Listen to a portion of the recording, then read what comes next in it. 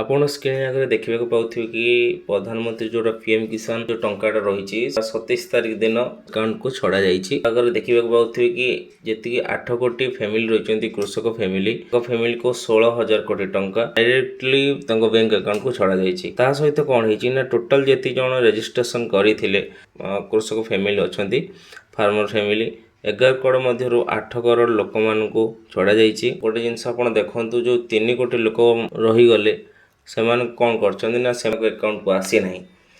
କାହିଁକି ଆସିନି କ'ଣ ପାଇଁ ଆସିନି ତା ବିଷୟରେ ମୁଁ ସମ୍ପୂର୍ଣ୍ଣ କହୁଛି।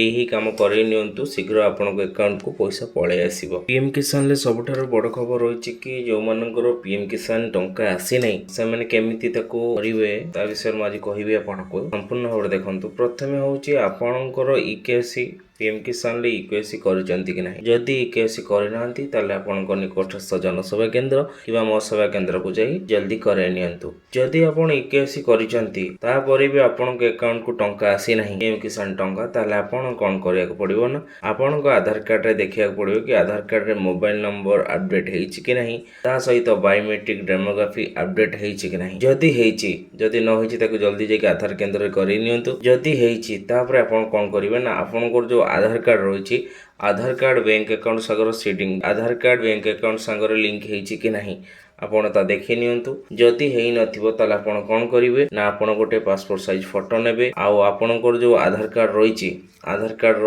ଜେରକ୍ସ ନେବେ। ତା ସହିତ ଆପଣଙ୍କର ଯୋଉ ବ୍ୟାଙ୍କ ଆକାଉଣ୍ଟର ରହିଛି ଯୋଉ ବ୍ୟାଙ୍କ ଆକାଉଣ୍ଟ ସହିତ ଆଧାର ଲିଙ୍କ କରିବେ ସେ ବ୍ୟାଙ୍କ ଆକାଉଣ୍ଟର ଫ୍ରଣ୍ଟ ସାଇଡରେ ଆପଣ ଗୋଟେ ଜେରକ୍ସ ନେବେ।